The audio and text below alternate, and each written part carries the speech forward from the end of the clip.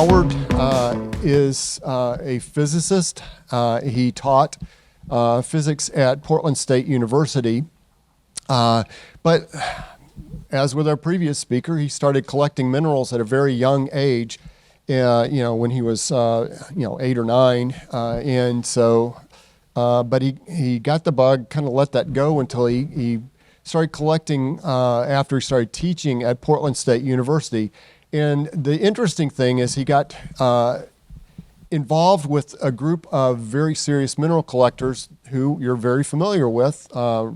Russ Boggs, his dad, John Lindell, Rudy Chernich, John Coles, all of that crew that were very active, and more who were active at that time collecting mostly zeolites, but other things in the area. Don had access to SEM equipment and X-ray diffraction equipment at Portland State University, started doing a lot of work on these, and was got involved just after colesite was discovered, and got involved with some of the other things like bauxite and so forth. So we're very happy to have Don with us here today. He is the editor of the newsletter for the Microprobe, which is the newsletter of the Northwest Micromineral Study Group. That group meets next month on November 12th, almost exactly a month. I have flyers about that meeting. It'll be in Vancouver, Washington, and I'll have those out on the registration table after this presentation. So if you're interested in microminerals, we'd love to have you join that group. Dr. Howard is also a member of the Micromount Hall of Fame, which is a very high lifetime achievement award by the Baltimore Micromineral Society, or Baltimore Mineral Society, and that's presented every year. So Don has done a lot of investigation on a lot of minerals, but finds Filiform Minerals puzzling, and he's got some information to share with us, great photos and great research. So please help me welcome Dr. Don Howard. Good morning.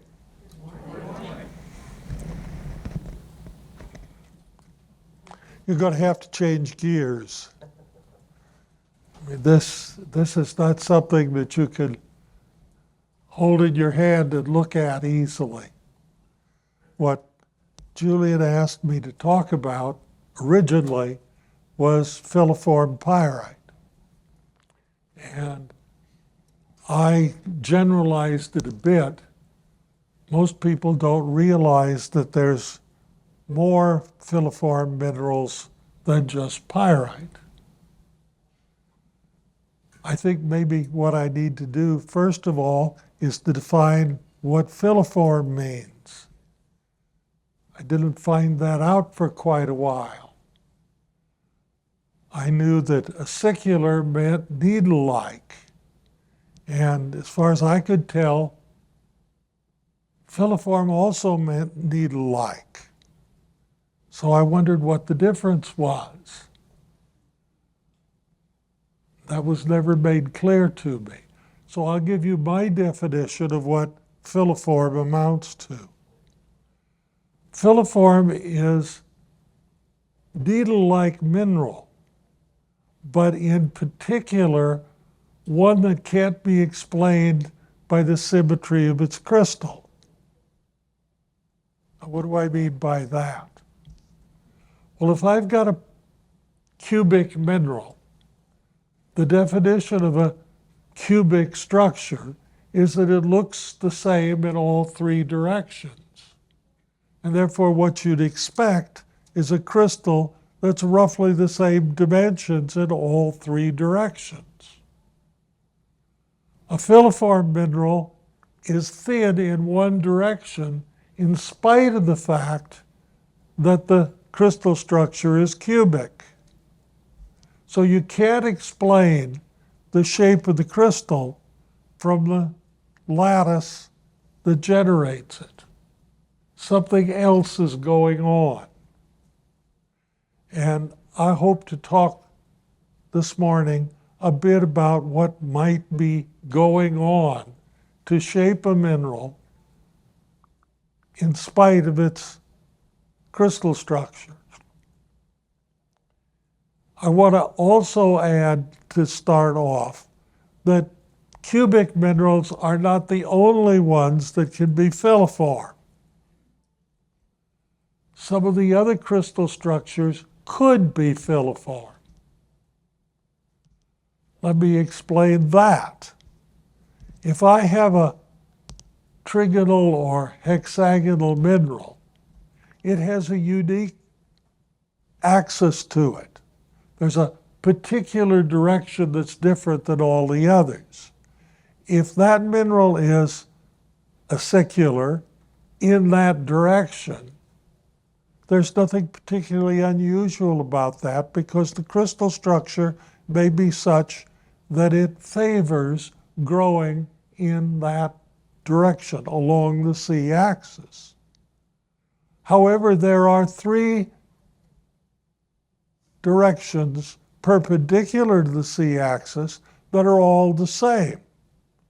That's what gives it threefold or sixfold symmetry around the C-axis.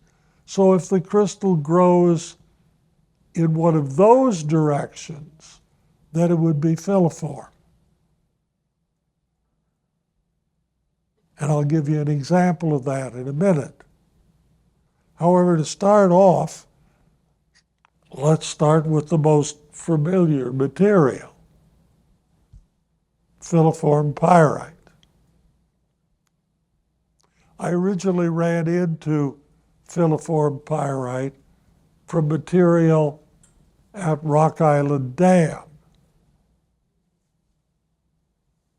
What was being collected at that time was paulingite, which also occurs in the minerals at Rock Island Dam.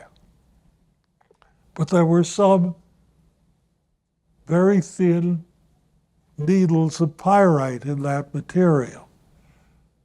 Now, I don't include that in the pictures because that material all came from float boulders at the time the dam was built. And nobody knows exactly where they came from. Since it's in flood territory, the Missoula floods, it could have come from anywhere. Most of the early filiforms that I ran into, and I think that most people might acquire in their collection, were from the Clackamas River. This occurred somewhere at the foot of this rock face.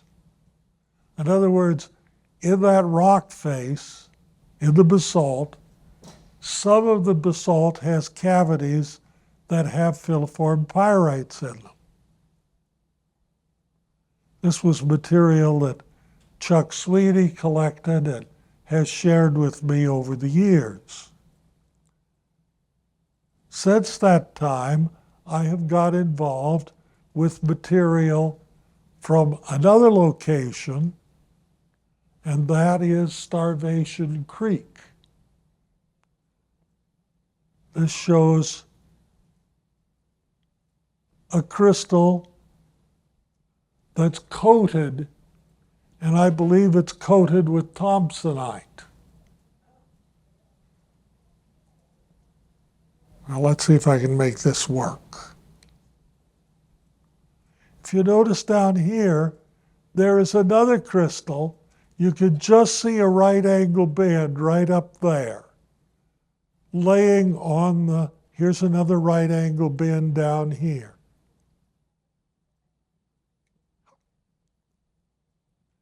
It's laying on heulandite. The coated crystal in a broken piece looks something like this. And again, if you look very carefully right there at the center of the rod, you see a very, very tiny, dark wire through the center of this crystal. That's the pyrite. It's mostly Thompsonite. This material comes from Starvation Creek, which is an off-ramp on I-84 if you're going east. If you're going west, there's no access to it. The broad area here on the right is the new bike path and hiking trail that has been built between Gresham and Hood River. So that gives you some idea of where this material is coming from. It's coming out of basalts. Typical rock, this is from Starvation Creek, full of cavities. Commonly, one or two of those cavities will have filiform pyrites in them. And as you saw in the first picture, some of them are coated and some of them are not.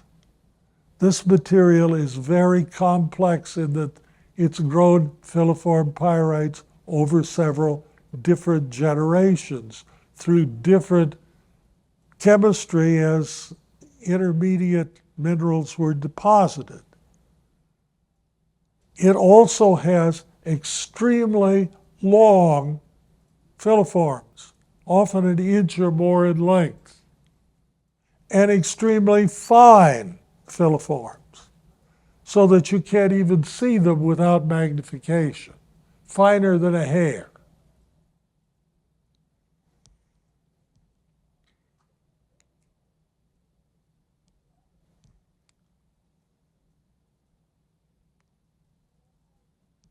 Here's a picture of one. They're a challenge to take pictures of because they are so very fine. But they too show these right angle bends. Oh, excuse me, this one is from Oceanside. I've only ever found one filiform in the material in Oceanside. Lists the surface mineral as clinotilolite, but nowadays clinotilolite is recognized as just a variety of heulandite.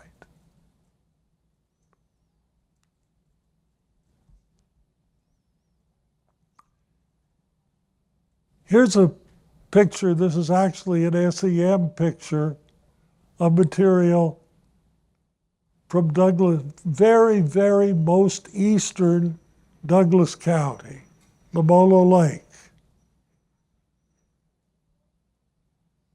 Now, if you know anything about ilmenite, you know ilmenite is not cubic. Ilmenite is trigonal, rhombohedral. The crystal on the right is a normal ilmenite crystal. The crystal on the left is greatly elongated along one of the A axes. So this is, technically speaking, filiform ilmenite. There's only a few of these that I know of. The place they come from is that basalt flow. In particular, right along that bottom edge where this flow contacted a scoria layer underneath. And when I say the bottom edge, I mean within an inch of the contact. By the time you get up into the flow, and obviously the flow is meters thick, it's just normal ilmenite. The only place the filiforms occurred is at that very bottom centimeter of material. Curious.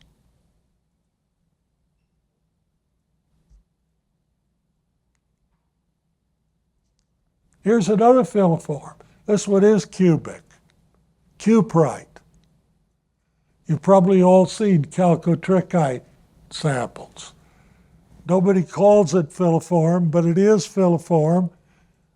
I've taken this picture, carefully adjusting the light so that you could see the right angle bends in the crystals. This from Arizona. I don't have pictures of the mine that it came from. Here's another filiform, metallic copper. Very busy. Lots of bands. Beaver Valley Quarry is over on the Olympic Peninsula. It occurs in a, wouldn't you know it, basalt.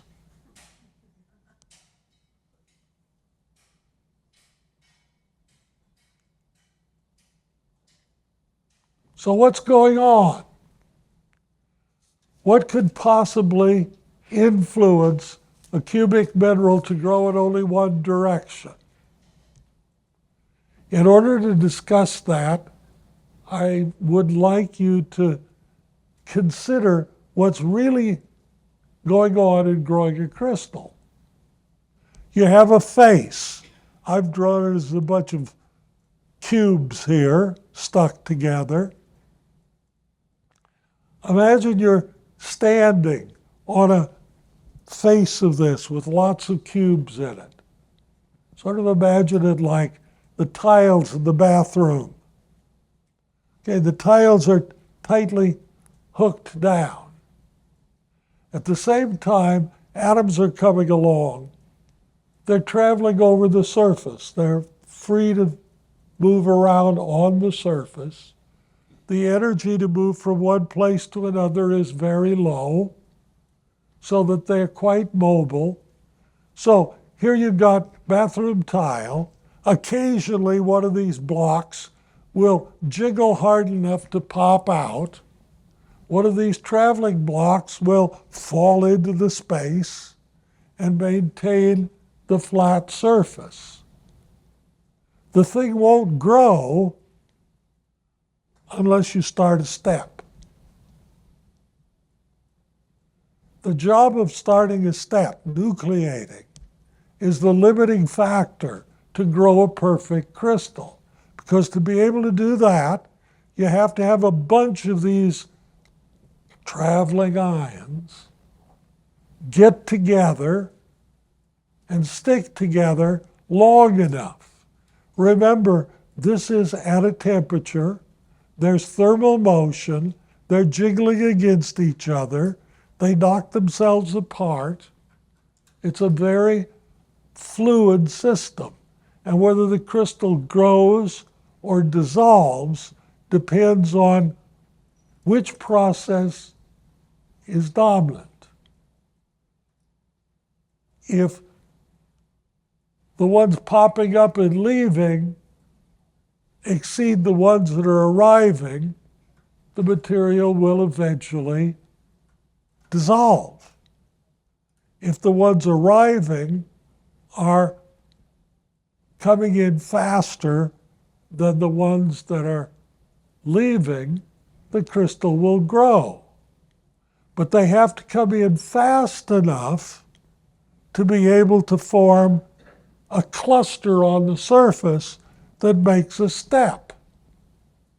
Then more atoms can add to the step easily because there's an energy advantage to being connected to the step. So steps are important for growing crystals. So then it also is the rate at which new material is arriving. I'll describe that as a concentration.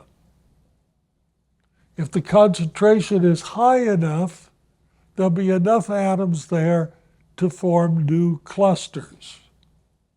Once the cluster is formed, it requires a smaller concentration to be able to grow larger and add to the step.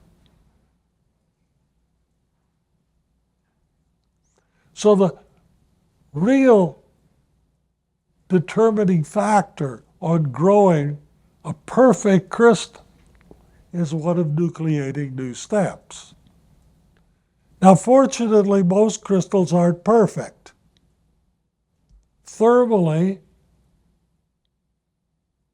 disorder is favored in one of these systems. And what kind of disorder is one where the steps are connected to each other around a line? The line would be right there. It's perpendicular to this surface. It's called a screw dislocation. If you have a screw dislocation in a crystal, there's no way you can grow that step out. If it's just a cluster, the step will grow out to the edge of the crystal and that's it. You need to make a new cluster. If you have a screw dislocation, it just spirals up like a spiral staircase. Keeps on growing. The traditional description of why filiforms formed were that they formed around screw dislocations, which sounds reasonable, except it's got two big problems. One is that once you start a screw dislocation, you can't stop it. It never stops, it just keeps growing. The other is that the direction of the screw dislocation is fixed. There's no way to bend it over and make it go in another direction. Which means you have a terrible time explaining why those right angle bends occur. So the theory is fine, except it doesn't explain all that's going on. I believe screw dislocations are actually the means that normal crystals grow. They require a lower concentration of new material because they always provide one of those steps. And I hope to show you in a minute some evidence for that. First of all, let's take a look. Here's an SEM picture of a crystal from the clackamus with a right angle bend. I circled the right angle bend and took a blown up picture of it. Neither of those, it's hard to tell whether the crystal was growing from right to left or left to right. But neither of those contain any evidence of it continuing. It stopped abruptly. As a matter of fact, what it did was change directions. So there's no evidence that the screw dislocation continued. Something new took over, and something stopped the screw dislocation. So you've got two mysteries here to try to explain away. By the way, I show this picture to dispel the myth that all pyrite is right angle bends. This one from the clackamus spent a little time at 45 degrees first. Perfectly possible for the crystal to grow in a different direction. What is true is that the favored direction is along one of the crystallographic axes. one of the A axes. That's energetically favorable. It can grow along a 110 direction, but it does so only occasionally and usually not for very far. Here's another one. I like this one. It expresses the way I've always felt about filiforms. What's going on?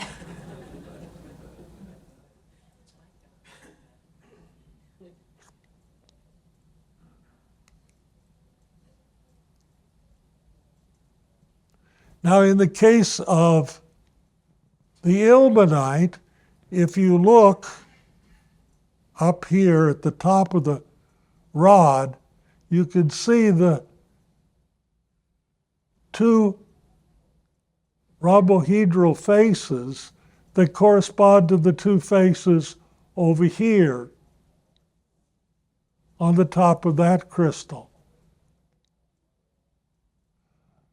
On this crystal on the right, the C-axis is in the plane of the picture. So the thing coming out of the plane is one of the A-axes.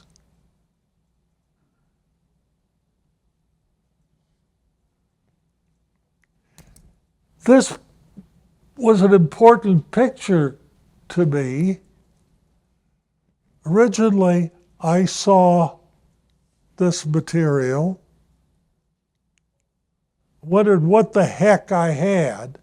I knew that there were other materials in the basalts from Lomola Lake. This comes from along the spillway. The crystal on the bottom is a ferroedenite, which is an amphibole. And I saw these other linear crystals and thought, oh my, I've got a third species here. I put it on the SEM, took a look at the chemistry, and lo and behold, it was ilmenite, iron titanate. I show this picture because you could see the crystal at the end of it drew a little flag. And you could see the fact that the C-axis is perpendicular to the plane of the picture, that it really is growing along an A direction. About the same time, one of my colleagues at Portland State, Jun Zhao, was doing some work on cadmium sulfide. This is lab work, taking very smooth surfaces and growing cadmium sulfide crystals on them. And under normal circumstances, the crystals are short and stubby.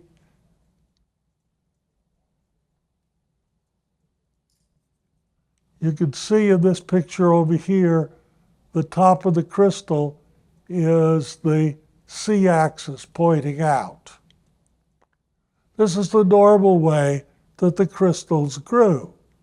And she had done a lot of X-ray studies to show that what the orientation was. And then she showed this picture. This picture is of cadmium sulfide. But it's in long, thin crystals. And it turns out these crystals are along the A-axis of the cadmium sulfide. So how was she growing these?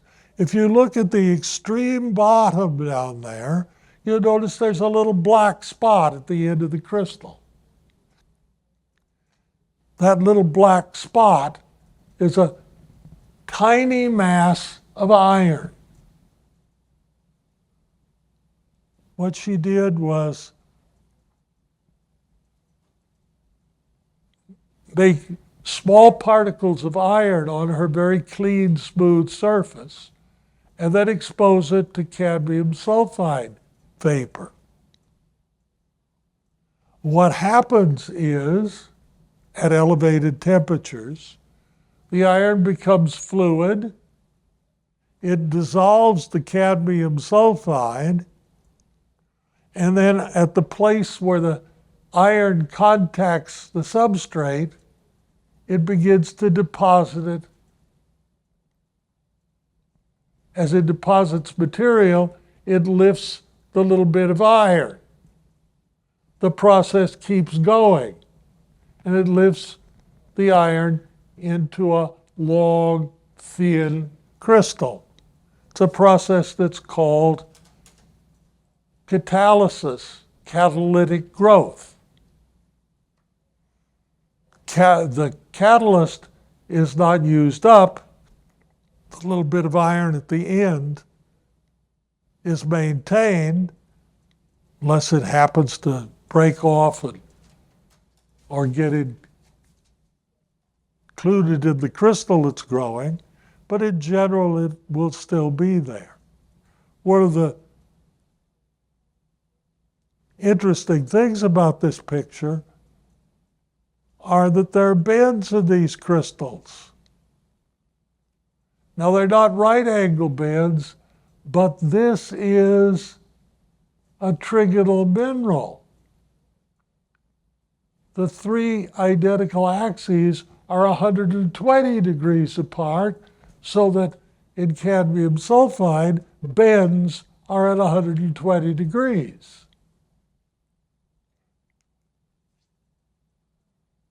This picture was the clincher. It shows a little mass, and the inset is the detail of the top of the picture. It shows a 120-degree bend.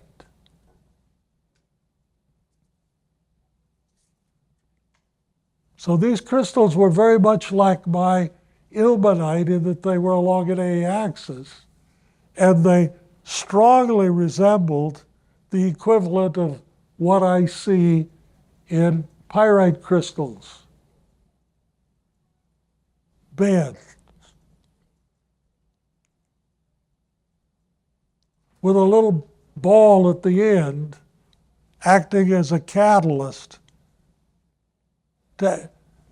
Material comes in this case from a vapor, dissolves in the ball, is precipitated onto the end of the crystal.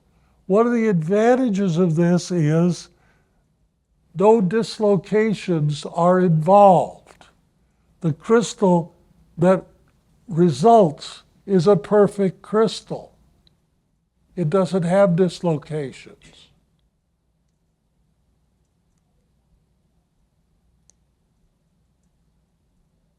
Oh, let me back up. Notice the crystal up here, the rough shape of it. Looks a little like the edge of a hacksaw blade. Here's more of the native copper. Look at that stack of octahedra along the top. Doesn't that look familiar? These things look like the kind of stuff I was dealing with the filiforms. Now the problem with this is that in pyrite, or indeed the native copper in basalt, these systems are not at an elevated temperature. There is no fluid metallic present in the system to my knowledge. Something else has to be acting as a catalyst. And the pyrite or the copper at these temperatures doesn't have enough vapor pressure to ever provide material.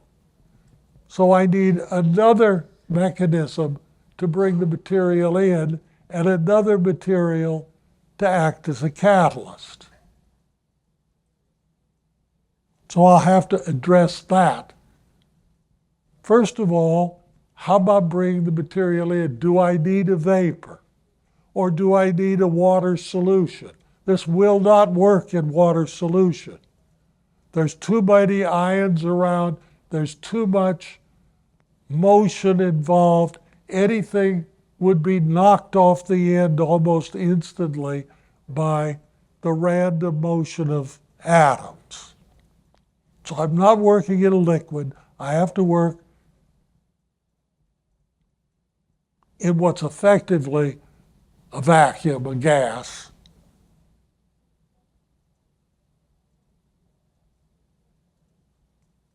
What I'm claiming is that one can have atoms moving on surfaces. In fact, that's a common occurrence, that if you were small enough to be at this level, you would observe atoms moving by you, gliding along the surface. It's called surface diffusion.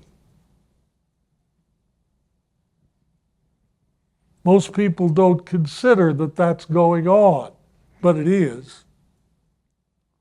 And I want to give you an example that substantiates my claim. This is not a particularly good picture of it, but it's a sample of native silver. Very shiny. I'm sure some of you have purchased a wire silver sample. You've probably paid a good piece of money for it if it's pretty. You put it in a little box, put it in your collection, and a few weeks later, you've taken it out to look at it, and it's all little black hairs. Acanthite.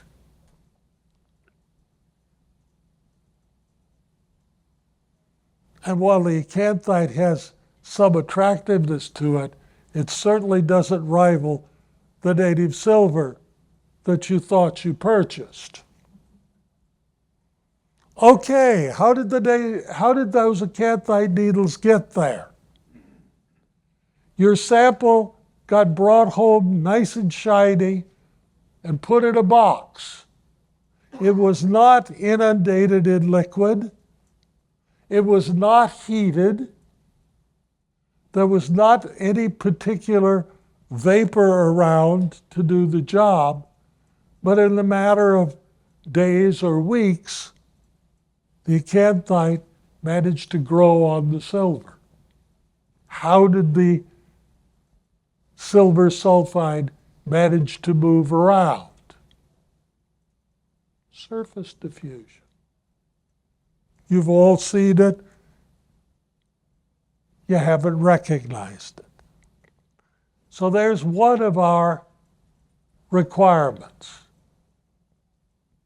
What provides material is surface diffusion. The other thing I required is a catalyst. What does the catalyst need? Well, the secret of the little metal spheres, they were fluid. They amounted to a very high ability to diffuse internally, plus an ability to dissolve the material. So I need something with a high internal diffusivity and a reasonable accessibility to at least one of the constituents, let's say in this case in the pyrite. Do I have any likely candidates? What else is in the cavity? zeolites. What's the property of a zeolite? High diffusivity. That's why they're used in water softeners. You could easily replace calcium with sodium, put it in your water softener, and have it sop up the calcium in your water. And what kind of ions does it easily take up? Basically divalent ions about the size of calcium. That describes ferrous iron. I'll give you an example.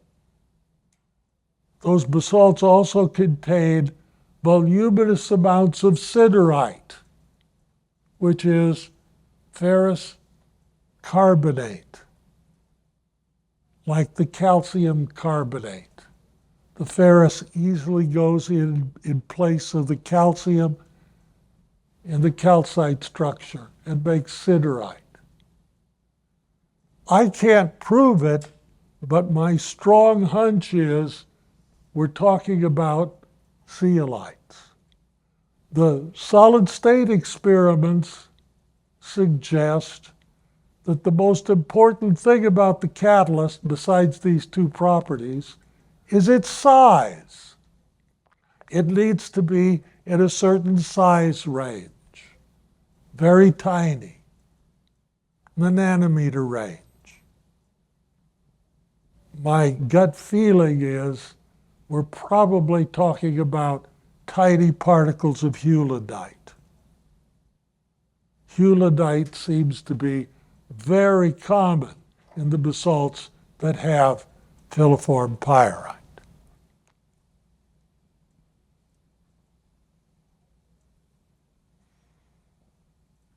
Here we have pyrite on a hulidite base that dominates the Clackamas River material. There's very little normal pyrite in it. There's very little of any other zeolite.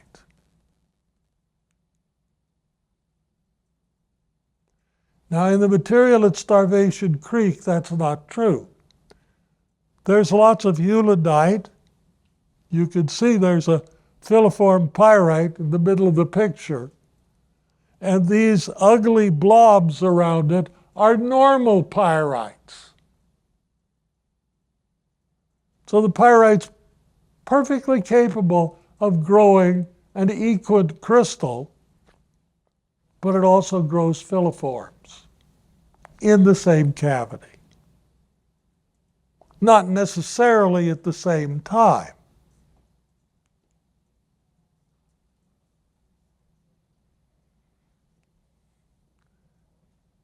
Let me give you a second to absorb what you're seeing here.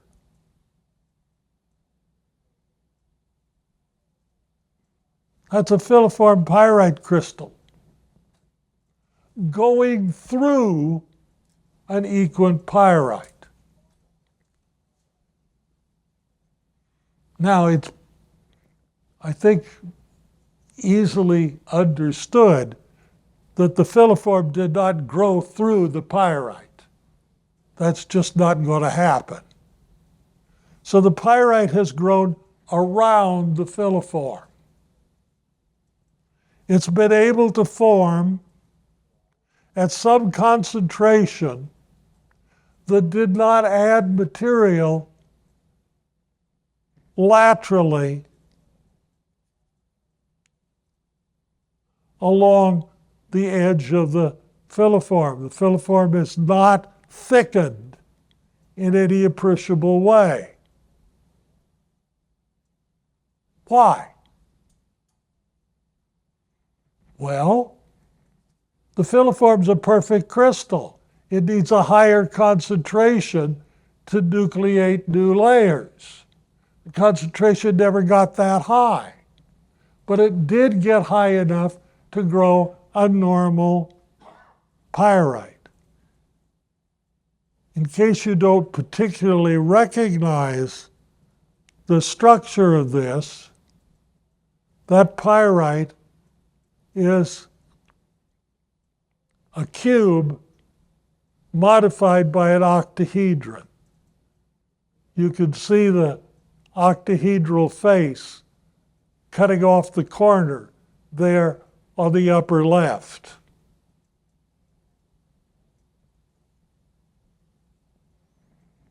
That's the sort of thing that makes me believe the normal crystal was growing from dislocation-induced growth that didn't provide enough material to thicken the pyrite, the filiform. So we have a kind of a pecking order here. The lowest concentrations necessary are the ones that involve catalytic growth. The catalyst enhances the material and allows the end of the filiform to grow. Next, at a higher concentration, the dislocation modified pyrite can grow. And finally, only at very high concentrations can the perfect crystal pyrite manage to grow. Here's another picture. Same kind of thing. The orientation is different, but you can see the filiform pyrite penetrates through that normal crystal, which now has the 111, the octahedral face, facing out towards you. And you can see it goes through that edge. These are from Starvation Creek. I've never seen anything like this anywhere else.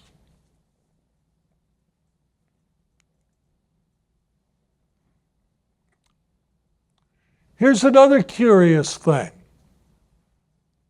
I hope you can see this, but there is a filiform pyrite from Starvation Creek that extends from the lower right all the way up to the top of the white region with a great big bend in it. What's going on? How do you grow bent crystals? Filiforms don't usually do that kind of thing. I was finding these things. The crystal lays very close to the heulandite base. As a matter of fact, when I was looking at these things, I had the uncomfortable feeling that the crystal was actually longer than the diameter of the cavity it was growing in. Does that make any sense? It didn't to me at the time.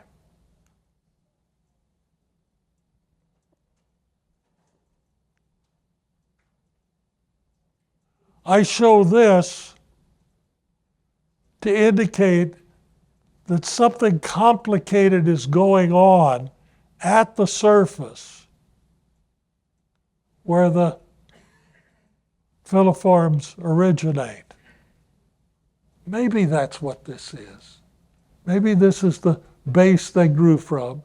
Maybe this is a case where a crystal grew over to the edge, okay, got knocked over so that it started to grow on a different face and grew a right angle bend.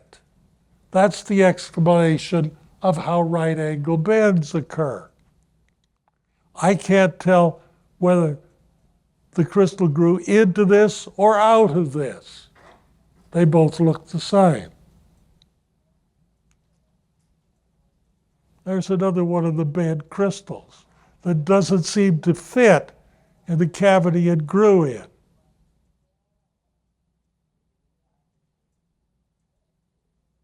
Puzzled me for a while. I couldn't think of any really good explanation. I thought, Well, maybe something happens when the rock falls off the face. It gets jarred around and bent somehow. But that didn't fit the configuration. And then I asked the question in a different way, related to the previous slide.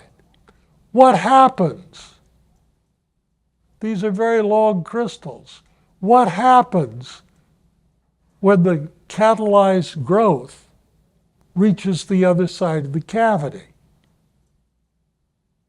One of the possibilities is, as I said a moment ago, it got knocked sideways and started to grow at right angles.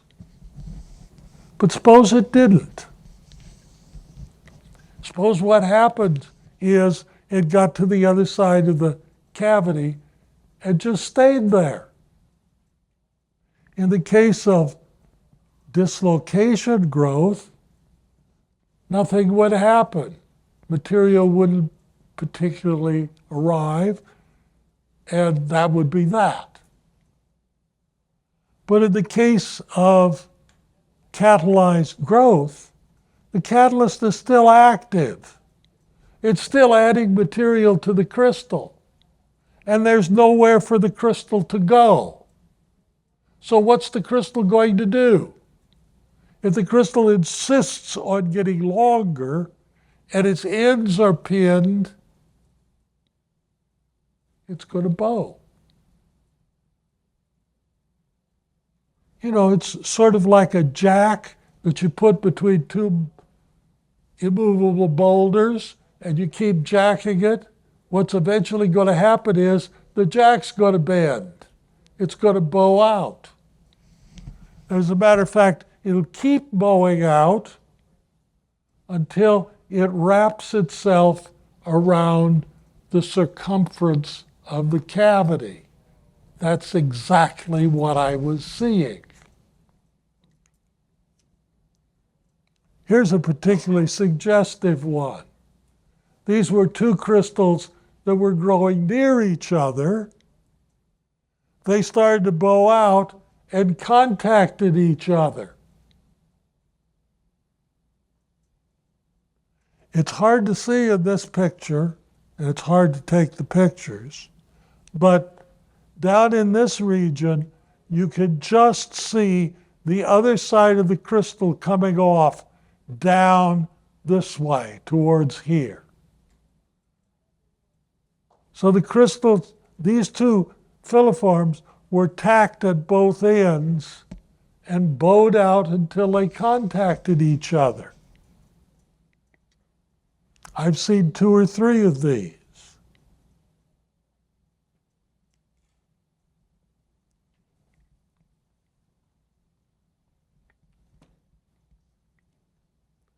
Okay, I've been talking about pyrite, but let me talk in a more general way. If catalyzed growth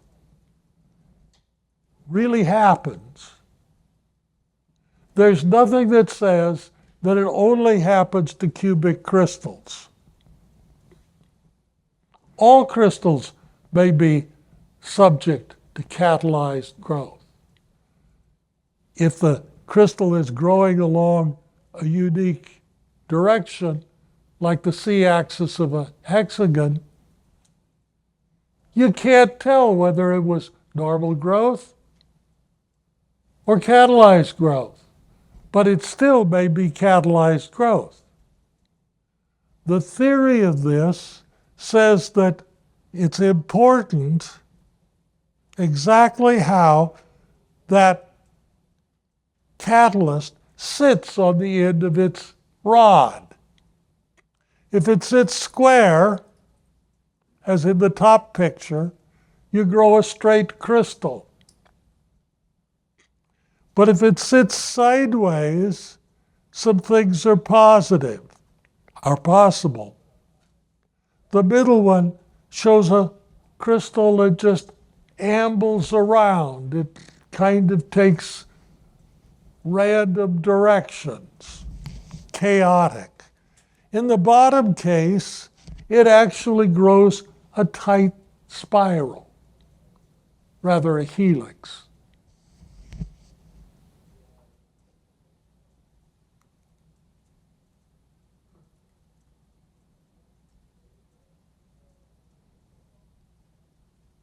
not all Clackamas River filiforms are nice and straight.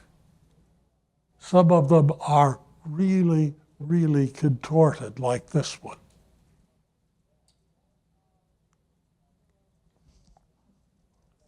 Here's a picture of material grown in labs at the University of Idaho. This is carbon nanotube, grown the same way from catalyzed growth. And you see a lot of random motion and one that makes a very nice, tight helix. Here's some more. One on this side over here is silicon nitride. Long, very long, what they call micron scale springs. That's the reason they were doing this. Here's a picture from the French newsletter, an article on fluorite that shows some of the strange fluorites. Look at that one at lower right. Fluorite's a cubic mineral. How on earth did fluorite grow in that form?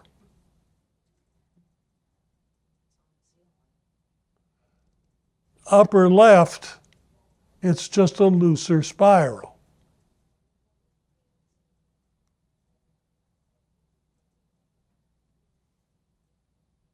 Material from Van Silver. I think this was supplied by Tibalaco. Turned out to be tubalite, which is a silver lead sulfosalt. Tiny little spirals. If you look at this in the light microscope, you can see light down the tube coming from the absolutely clear quartz crystal it's growing on.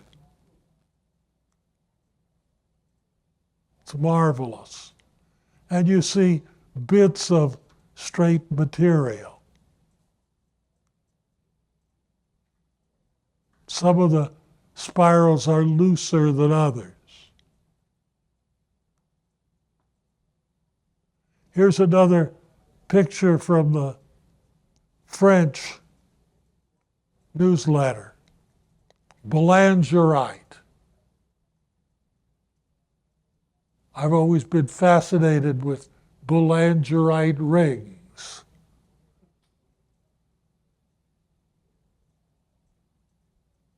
This one comes from China. I have some that come from Montreal area.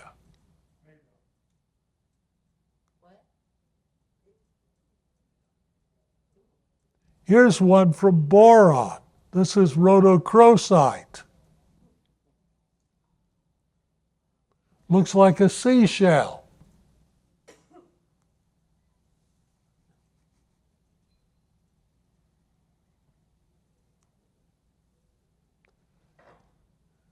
I'm sure many of you are familiar with the usual look of olivine.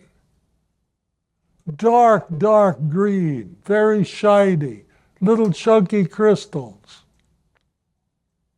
Except the variety leucocalcite, where they're long, thin fibers, and they're white. No color because they're so very thin.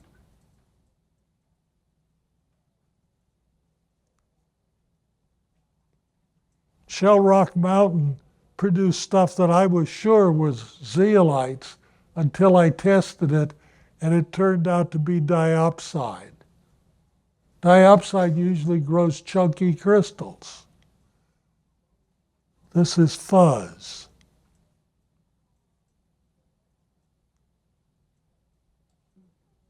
Here's a classic one. I've seen several of the things from Eiffel that grew in this way. Have you ever seen topaz grow like that? Topaz makes nice, chunky, clear crystals. These are needles. And finally, millerites. Millerite is a trigonal mineral. Nickel sulfide.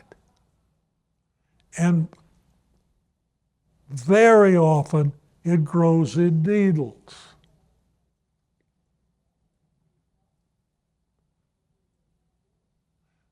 These samples were supplied to me by Bill Henderson that wanted to know what was going on. What he was interested in, you see the crystals in this region here that have little dots on them. There and up here. What you're seeing is the light reflected off the surfaces of a crystal that spirals. It's a twisted crystal, and the light only reflects in certain places. There's probably a little clearer picture of one of the spirals. I've looked at these things. If you look at this SEM very carefully, you can see the edge of the trigonal crystal go across there and again down here. That crystal has been twisted almost 360 degrees along that picture.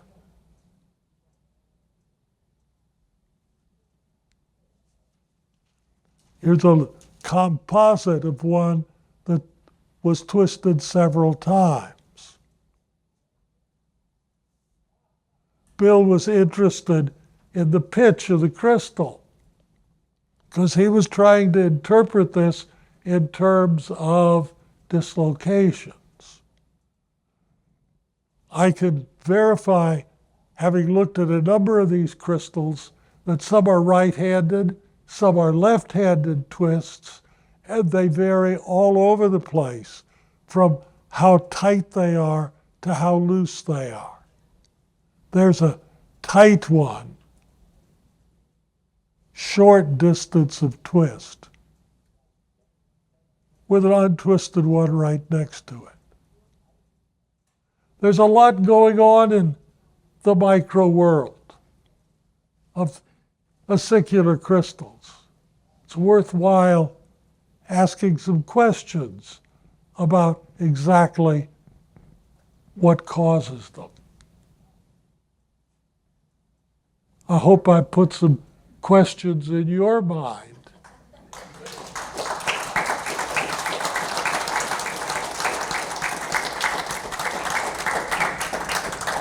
I have about 100 questions.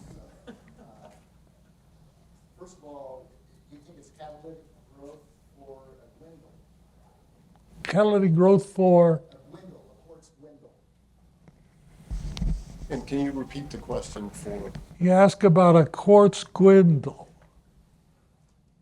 I don't know. I'm not familiar with that one. And second, I have some galenas from Mississippi Valley that are like the old pyrite bars you used to see, but they're macros, they're up to 6 or 7 centimeters. And I thought it was spinel twinning, but they just fit exactly what you're talking about. But as a catalyst, in the center there's a hole, so I thought they were stalactitic. There's a lot of odd things that go on. You're describing an odd thing of galena. Yeah, I wonder about some of these hopper-shaped hollow crystals and whatnot of various things. I don't have the answers to all of them. I think I finally understand something about pyrite. I have lots of questions about other weird growth in minerals. So do you. I see the same thing in gold. The same thing in gold also, like from the oil and gas.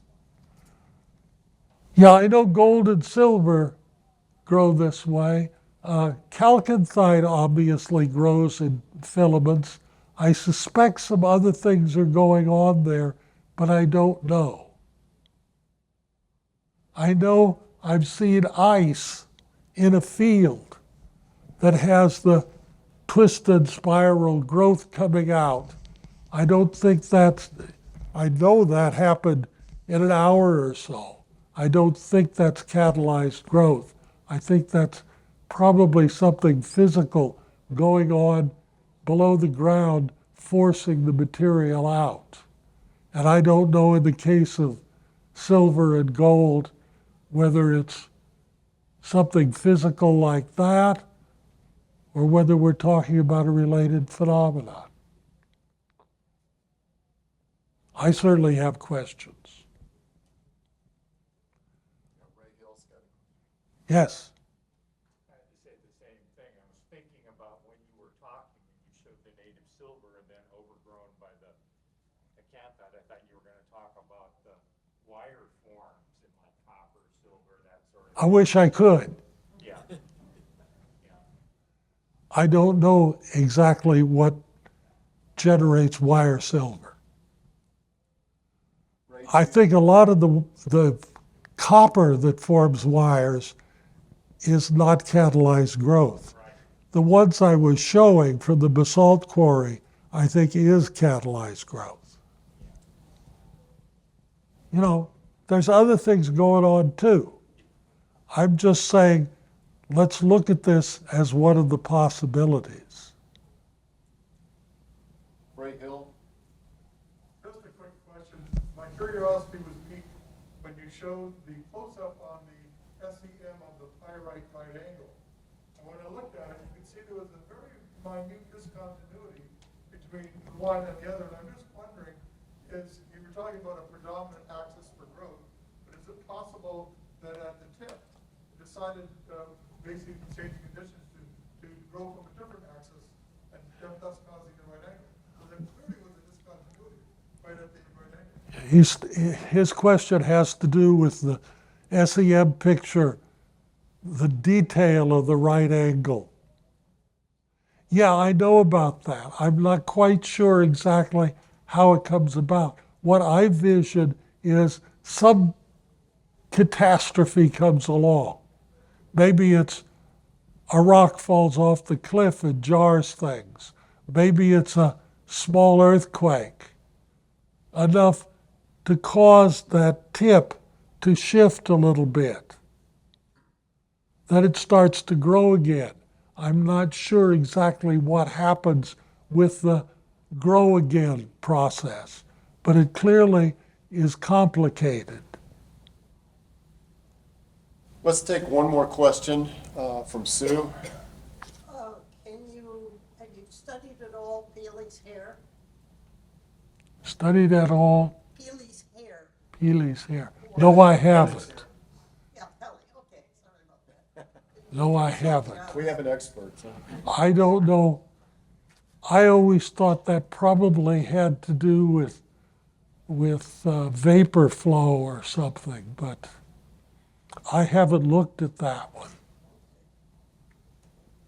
All right, we need to break here. So you could turn your microphone on.